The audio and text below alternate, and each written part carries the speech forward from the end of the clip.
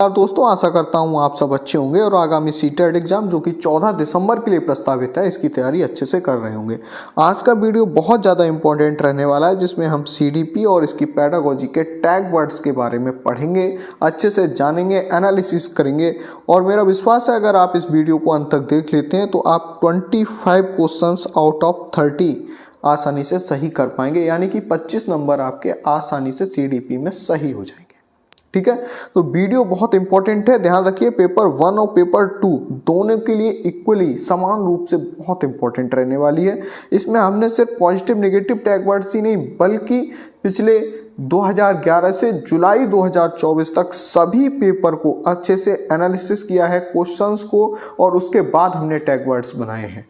ठीक है, उनको हमने अप्लाई भी किया है, बहुत मेहनत लगी है इसमें, इसे बनाने में। तो इसलिए अगर आप हमारे चैनल पे नए हैं तो प्लीज़ चैनल को सब्सक्राइब जरूर करें। और अभी तक अगर आपने हमारा टेलीग्राम चैनल ज्वाइन नहीं किया है तो लिंक डिस्क्रिप्शन में है, आप वहाँ से ज्वाइन कर सकते हैं, क्योंकि इस तरीके की PDFs और इम्पोर्टेंट जानकारी आपको वहाँ मिल जाएगी। क्योंकि मैं सभी सब्जेक्ट्स के लिए कोशिश करूँगा कि आपके लिए एग्ज़ाम से पहले टैग वर्ड बनाऊँ, जिससे आप कम मेहनत में और कम से कम समय में आसानी से जो पैडागोजी है उसको क्रैक करके सीटेट एग्ज़ाम अच्छे अंकों से पास कर सकें। मेरी इस वीडियो को देखने के साथ साथ अगर आप देखेंगे एंड तक तो मेरी कुछ एडवाइसेस रहने वाली हैं, वो मैं आपको पहले ही बता दे रहा हूँ। आपको इन टैग वर्ड्स को अच्छे से पढ़ना है और 2 से 3 बार कम से कम पढ़ना है। उसके बाद आपको 4 से 5 कम से कम कोशिश कीजिए, 5 आपको पिछले ईयर्स के यानी कि PYQ यानी कि previous years question paper CDP के आपको लगाने हैं। ठीक है, ध्यान रखना है, 2 से 3 बार इनको पढ़ के कम से कम 5 पिछले सालों के PYQ यानी कि प्रीवियस ईयर्स क्वेश्चन पेपर आपको 5 लगाने हैं कम से कम। ठीक है, CDP के, और उनको आपको स्कोर चेक करना है कि इन टैग वर्ड की मदद से आप उनमें कितना स्कोर कर पा रहे हैं। अगर आप वहाँ कम से कम 25 प्लस स्कोर कर पा रहे हैं 25, तो समझ लीजिए आप फुल कॉन्फिडेंस में रहिए। CDP में आपको चिंता करने की बिल्कुल भी ज़रूरत नहीं है। लेकिन अगर आप फिर भी कम स्कोर कर पा रहे हैं, 25 से कम कर पा रहे हैं, तो थोड़ा सा आपको जहाँ जहाँ कम कर पा रहे हैं जिन एरियाज़ में, उनको अच्छे से या उन चैप्टर को थोड़ा सा और रिवाइज कर लीजिए और आप आसानी से CDP में बहुत अच्छे नंबर लाएंगे। तो चलिए वीडियो को शुरू करते हैं, लेकिन इसको अंत तक जरूर देखिएगा, तभी आप इन टैग वर्ड्स को अच्छे से अप्लाई कर पाएंगे। क्योंकि सिर्फ इन वर्ड्स को पढ़ लेने से आप अच्छे से अप्लाई नहीं कर पाएंगे, बल्कि अगर आप इनके लिए सही से समझेंगे तभी आप क्वेश्चंस में अप्लाई कर पाएंगे। ठीक है, तो सबसे पहले है जीन प्याजे। इससे 1 से 2 सवाल हर बार पूछा जाता है, जीन प्याजे। तो कुछ कीवर्ड्स हैं जैसे आत्मसातीकरण। ठीक है, मैं यहाँ पर बहुत ज़्यादा डेफिनेशन एक्सप्लेनेशन नहीं करूँगा, वरना वीडियो बहुत बड़ा हो जाएगा। ठीक है, तो अगर आपको आत्मसातीकरण दिखे, समायोजन दिखे, ठीक है, संतुलन दिखे, स्कीमा दिखे, जीववाद दिखे, नन्हे वैज्ञानिक, ठीक है, नन्हे वैज्ञानिक शब्द दिखे, सक्रिय जिज्ञासु दिखे, वातावरण के साथ खोजबीन। देखिए, वातावरण जीन प्याजे के लिए बहुत ज़्यादा इम्पोर्टेंट रहा है। ठीक है, उन्होंने कहा है कि जो बच्चे होते हैं नन्हे वैज्ञानिक होते हैं और वो वातावरण के साथ खोजबीन से क्या करते हैं, सीखते हैं। तो इस बात को अच्छे से याद रख लीजिए। और इन्होंने जो सिद्धांत दिया है वो संज्ञानात्मक विकास का सिद्धांत है। तो ये टैग वर्ड आपके दिमाग में 24 घंटे रहने चाहिए। ठीक है, कि अगर ये दिखे जैसे ही, फिर वो आंसर कहाँ चला जाएगा, जीन प्याजे आंसर सही हो जाएगा। ठीक है, नेक्स्ट देखिए लेव वाइगोत्स्की। लेव वाइगोत्स्की क्या है, सामाजिक दिखे, क्योंकि इन्होंने सोशल, ठीक है, जैसे कि जीन प्याजे ने, मैं यहाँ पर एक डिफरेंस और बता दूं, जीन प्याजे ने सबसे ज़्यादा बल दिया है वातावरण पे। उनका कहना था कि बच्चा जो सीखता है वो वातावरण से सीखता है। ठीक है, जबकि लेव वाइगोत्स्की ने बल दिया है, किस पे फोर्स किया है, सोशल, यानी वो कह रहे हैं बच्चा कहाँ सीखता है, समाज से सीखता है। तो ये सबसे बड़ा डिफरेंस है जीन प्याजे और लेव वाइगोत्स्की में। आपको अगर सामाजिक दिखे, सांस्कृतिक दिखे, ठीक है, सामाजिक अन्योन क्रिया यानी कि सामाजिक अंतःक्रिया या अननोन क्रिया एक ही बात है, यानी सोशल इंटरेक्शन कहते हैं जिसे। भाषा बहुत जरूरी है लेव वाइगोत्स्की के लिए। परस्पर शिक्षण या सहभागी शिक्षण, ठीक है, वैयक्तिक वार्ता यानी कि प्राइवेट स्पीच, इन्होंने 3 तरीके की स्पीच बताई हैं, मैं उनको आपको बता दूं। एक इन्होंने सोशल बताई है, सोशल स्पीच, ठीक है बच्चे, एक सोशल स्पीच, और एक इन्होंने प्राइवेट स्पीच और एक इनर स्पीच, प्राइवेट और एक इनर स्पीच, ठीक है। इन 3 तरीके की, सोशल यानी सामाजिक, प्राइवेट यानी वैयक्तिक, और इनर मतलब आत्म वाक, ठीक है, इसको कहेंगे। अगर ये दिखें तो सीधे सीधे आंसर होगा लेव वाइगोत्स्की। इसके बाद एक बहुत इम्पोर्टेंट टॉप मतलब इससे पूछा जाता है स्कैफोल्डिंग, पाड़ या ढांचा। इसको कभी कभी मचान भी कहते हैं या सहायता, मचान या सहायता या हेल्प, ठीक है। अगर ये शब्द दिखें तब भी क्या होगा, लेव वाइगोत्स्की। पाड़, ढांचा, मचान, सहायता। आप थोड़ा सा इंग्लिश वर्जन जरूर देखा करें, मेरी आपसे रिक्वेस्ट है, जो लोग हिंदी से थोड़ा सा देखा करें तो इन सब का इंग्लिश स्कैफोल्डिंग यूज किया गया होगा। समीपस्थ विकास का क्षेत्र ZPD, zone of proximal development. और अन्य से अधिक जानकारी यानी कि अन्य से अधिक कोई जानकार व्यक्ति, MKO, मैन नॉलेजेबल अदर्स, ठीक है। ये टैग वर्ड दिखेंगे तो आप सीधे लेव वाइगोत्स्की लगाएंगे। नेक्स्ट देखिए, लॉरेंस कोहलबर्ग। लॉरेंस कोहलबर्ग से भी एक प्रश्न पूछा जाता है, लेव वाइगोत्स्की से और जीन पियाजे से कम 2 प्रश्न, और 2 प्रश्न कभी कभी लॉरेंस कोहलबर्ग से भी पूछे जाते हैं। तो लॉरेंस कोहलबर्ग ने जो सबसे ज़्यादा बल दिया है वो नैतिक विकास का सिद्धांत दिया है, ठीक है।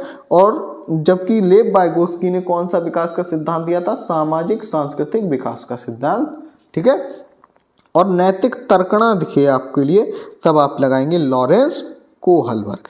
विकास, अब विकास की बात हम करते हैं, ठीक है।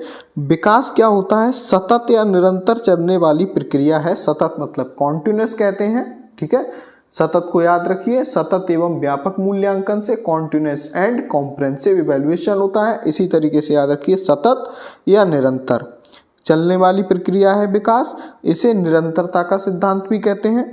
और ये सामान्य से विशिष्ट की ओर चलता है, यानी, ठीक है। और विकास गुणात्मक होता है, मात्रात्मक नहीं, ठीक है, गुणात्मक होता है। और ये रचनात्मक एवं विनाशात्मक दोनों होता है, ठीक है। यानी कि जब मैच्योरिटी से पहले जो डेवलपमेंट होता है वो विकासात्मक रचनात्मक होता है, सॉरी, और उसके बाद, ठीक है, जब मैच्योरिटी के बाद जो परिवर्तन होता है वो विनाशात्मक होता है, यानी कि कंस्ट्रक्टिव और डिस्ट्रक्टिव दोनों के दोनों यहाँ पर डेवलपमेंट आपको देखने को मिलेंगे। और 2 तरीके से विकास होता है, एक मस्तकाधोमुखी विकास जिसे सिरस्थ विकास कहते हैं, यानी सिर से पैर की ओर, और दूसरा विकास होता है निकट दूर विकास क्रम, यानी कि शरीर के केंद्रीय भागों में पहले विकास होगा और उसके बाद अन्य भागों में विकास होता है। तो ये विकास की बात हो गई, ठीक है। अब वृद्धि की बात करते हैं। ग्रोथ, ग्रोथ सतत नहीं होती है, असतत होती है, ठीक है। जैसे शैशव काल होता है बच्चे का, तब वृद्धि बहुत तेजी से होती है, ठीक है, और उसके बाद प्रौढ़ावस्था पर जाकर वृद्धि रुक जाती है। मात्रात्मक परिवर्तन होते हैं, यहाँ गुणात्मक नहीं होते हैं, ध्यान रखना है, वृद्धि और विकास में अंतर भी हो जाएगा। और यहाँ जो परिवर्तन होते हैं वो सिर्फ रचनात्मक होते हैं, विनाशात्मक परिवर्तन नहीं होते। सिर्फ जो परिवर्तन होते हैं वो शारीरिक होते हैं, जबकि विकास में जो परिवर्तन होते हैं वो शारीरिक के अलावा, फिजिकल के अलावा मानसिक भी होंगे, ठीक है, मानसिक, भावात्मक भी होंगे, ठीक है, और संवेगात्मक भी होंगे। तो यहाँ क्या होता है बेटा, यहाँ ध्यान रखिए, सर्वांगीण विकास होता है एक तरीके से, ठीक है। तो मानसिक परिवर्तन भी होंगे, शारीरिक परिवर्तन भी होंगे, भावात्मक, संवेगात्मक भी परिवर्तन होंगे, ठीक है। और ये जब विकास है वो जीवन पर्यंत चलता है, ध्यान रखना, जब गर्भ से लेकर मृत्यु तक विकास चलता है, जबकि वृद्धि गर्भावस्था से प्रौढ़ावस्था तक रहती है। नेक्स्ट देखिए, बुद्धि, बुद्धि से संबंधित भी प्रश्न आते हैं। बुद्धि ध्यान रखिए बहुआयामी होती है, ठीक है, क्योंकि भिन्न भिन्न व्यक्तियों में भिन्न भिन्न प्रकार की बुद्धि पाई जाती है। ये कहना है हार्वर्ड गार्डनर का, जिन्होंने बहुबुद्धि सिद्धांत दिया है, ध्यान रखना, हार्वर्ड गार्डनर, बेटा हार्वर्ड गार्डनर, इसको ध्यान रखो। इन्होंने 8 प्रकार की बुद्धि बताई है, ठीक है। इनका कहना था। इस स्टेटमेंट को ध्यान रखिए, यहाँ से प्रश्न हर बार ही आया है, आप सीटेट का कोई सा पेपर उठा लीजिए, कि विभिन्न व्यक्तियों में बुद्धि के विभिन्न स्तर होते हैं, यानी कि प्रत्येक व्यक्ति में भिन्न भिन्न बुद्धि पाई जाती है। जैसे कोई म्यूजिशियन है तो उसमें संगीतक बुद्धि, ठीक है, अलग अलग प्रकार की बुद्धि इन्होंने बताई है, ठीक है। इस तरीके से तो बुद्धि बहुआयामी होती है, और बुद्धि इसीलिए समुच्चय या समूह है क्योंकि इसमें 8 प्रकार की बुद्धि बताई गई है। नेक्स्ट है देखिए संज्ञान या संवेग, ठीक है। यहाँ पर संज्ञान या संवेग क्या है, ये आपस में सन्निहित मतलब अंतः संबंधित, एक दूसरे से कोरिलेटेड हैं, ठीक है। सन्निहित मतलब कोरिलेटेड हैं आपस में, ठीक है। और कोरिलेटेड किस प्रकार है, द्विदिशात्मक, ठीक है, द्विदिशात्मक, बाई डायरेक्शन, बाई डायरेक्टरल, ठीक है, यूनिडायरेक्टरल नहीं बल्कि बाई डायरेक्टरल, एक दूसरे से क्या है, कनेक्टेड है, कोरिलेटेड है। तो ये ध्यान रखना, संज्ञान एवं संवेग एक दूसरे से पूछा जाएगा बेटा, सन्निहित या अंतः संबंधित है, और ये किस तरीके से अंतः संबंधित है, द्विदिशात्मक। अब हम कुछ सीटेट जो सीडीपी में पॉजिटिव टैग वर्ड्स आते हैं, ठीक है, उनके बारे में बात करेंगे। यानी प्रश्न में पूछा जाए कौन सा सही है, क्या पूछा जाए, निम्न में से कौन सा, जब प्रश्न आता है तो फिर उत्तर पूछता है बेटा कौन सा सही है, यानी कि ये वो वाले हैं जो आपको बताना है ये सही है, ठीक है। तो सही है वाले बताने हैं, तो कौन सा बेटा, जैसे ही आपको दिखे कहीं भी अपसारी चिंतन, आंख बंद करके आंसर लगाना, आंख बंद करके, डाइवर्जेंट थिंकिंग, ठीक है, अनुरूपक चिंतन। मैं यहाँ पे एक्सप्लेनेशन नहीं कर रहा हूँ वरना वीडियो बहुत बड़ा हो जाएगा इसी वजह से, ठीक है। अनुरूपक चिंतन यानी कि एनालॉजिकल थिंकिंग, जो एक तरीके से मैथमेटिकल थिंकिंग होती है उस तरीके से, ठीक है। बिल्कुल आंख बंद करके लगाना है ये। चाइल्ड सेंटर्ड, ठीक है, तो चाइल्ड सेंटर्ड यानी बाल केंद्रित शिक्षा कैसी होनी चाहिए पूछा गया है। कुछ मत देखो बेटा कैसी होनी चाहिए या हमें किस तरीके से उस शिक्षा का विकास चाहिए, वो है बाल केंद्रित शिक्षा। अवसर बच्चे को पढ़ने के, खेलने के, एकदम एक्सपोजर देना बच्चे के लिए, अपॉर्चुनिटी देना मैक्सिमम। सक्रियता लाना, एक्टिवनेस, सहभागिता, भाई लेव वाइगोत्स्की ने सहभागिता पे बहुत जोर दिया है कि बच्चा ही समाज से सीखता है, तो सहभागिता बहुत जरूरी है। कोऑपरेशन, परस्पर शिक्षण, सामाजिक अंतःक्रिया, लेव वाइगोत्स्की ने सब बताया है, तो ये बहुत इंपॉर्टेंट हो गया। समावेशी शिक्षा, समावेशी शिक्षा का मतलब ध्यान रखिए सभी बच्चे, चाहे वो डिसेबल हो या ना हो, चाहे वो इकोनॉमिक लेवल पर कैसे भी हो, क्या करना है, सभी के लिए एक साथ समान रूप से शिक्षा, किसी को अलग क्लास में शिक्षा नहीं देनी है। अगर आ जाए अलग क्लास में या विशेष टीचर आ जाए, विशेष टीचर बेटा अगर आ जाए, विशेष कक्षा और विशेष शिक्षक, ठीक है, या विशेष स्कूल, विशेष कक्षा, विशेष शिक्षक या विशेष स्कूल, तो हमेशा आप इसे गलत मानेंगे, ये सही नहीं है, ठीक है। हमेशा समावेशी शिक्षा, एक साथ सभी बच्चों को शिक्षा देना बहुत जरूरी है। विविधता का सम्मान करना यानी समावेशी शिक्षा है, तो बच्चों को जो विविधता है उसको एक तरीके से हमें रिसोर्स की तरह यूज करना है। रिसोर्स मतलब संसाधन की तरह यूज करना है, ना कि हमें उसकी डिसेबिलिटी से परेशान होने की जरूरत है, ठीक है। नेक्स्ट देखिए, इसमें सर्वांगीण विकास, हमारा जो उद्देश्य है वो शारीरिक मानसिक विकास या नहीं है, बल्कि क्या है, विकास करना, ऑल ओवर डेवलपमेंट, सर्वांगीण विकास, बच्चे का सर्वांगीण विकास करना मकसद है। करके सीखने पर जोर देना है, लर्निंग बाय डूइंग, ठीक है। जो जीन पियाजे ने कहा था कि बच्चा एक सक्रिय जिज्ञासु की तरह है, नन्हे वैज्ञानिक की तरह है, और वातावरण से क्रिया करके खोजबीन करके सीखता है। बच्चे को प्रोत्साहन देना है, ठीक है, ये तो आप आसानी से कर लेंगे। जिज्ञासा, बच्चे बड़े जिज्ञासु होते हैं, क्यूरियोसिटी लेवल बहुत ज़्यादा होता है, ठीक है, बिल्कुल सही होना चाहिए। रचनात्मक मूल्यांकन, बेटा यहाँ से प्रश्न हमेशा आता है, रचनात्मक, मैथ में भी आ जाता है कभी कभी ये प्रश्न, ठीक है। रचनात्मक मूल्यांकन यानी कि फॉर्मेटिव असेसमेंट बिल्कुल सही आंसर है। योगात्मक मूल्यांकन आता है, वो गलत आंसर है अब, ठीक है।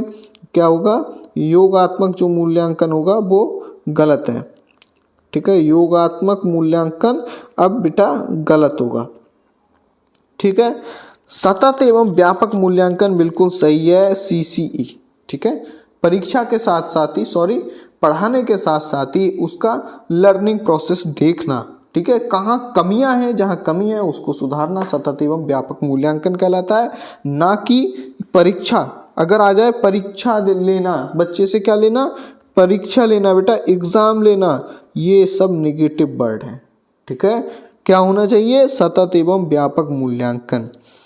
ठीक है, दैनिक जीवन से जोड़ना, ठीक है, बहुत इंपॉर्टेंट है, हमें कोशिश करना है, क्योंकि बच्चे भिन्न भिन्न परिवेश से आते हैं, उनकी बोलचाल, भाषा, समझ का स्तर अलग अलग होता है, तो उन्होंने जो देखा है उसी से जोड़ना, उसी से समझना, और उन्हीं की भाषा में शिक्षा, मातृभाषा में शिक्षा हमें कोशिश करनी है, अपनी भाषा में ना देके बच्चों की भाषा में शिक्षा देने का पूरा प्रयास करना है।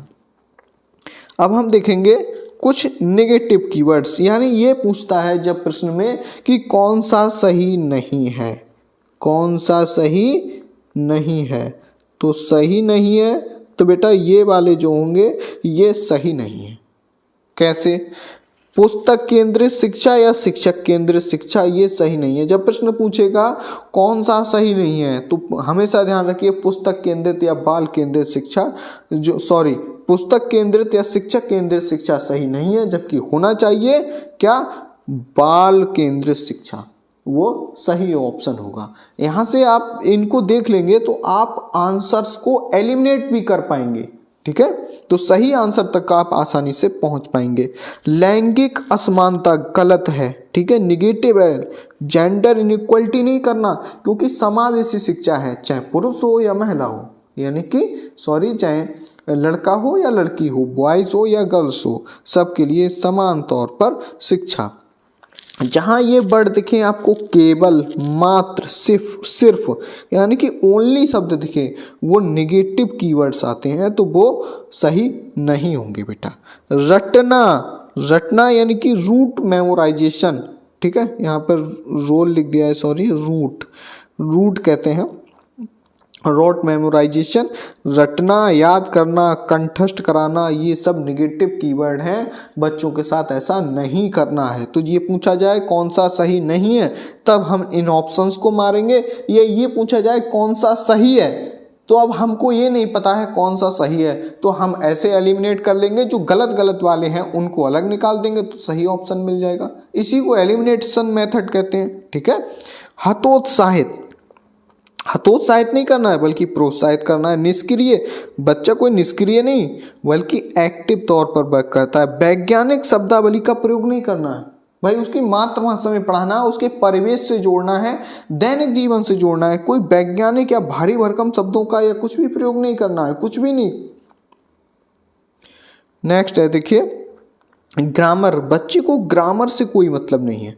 ठीक है, ग्रामर से कोई मतलब नहीं है बच्चे को, ना तो लैंग्वेज में कहीं पर भी, बस उसे बोलना आना चाहिए, अपनी अभिव्यक्ति को बस बताना आना चाहिए, वो अपने आप को अभिव्यक्त कर पाए बस।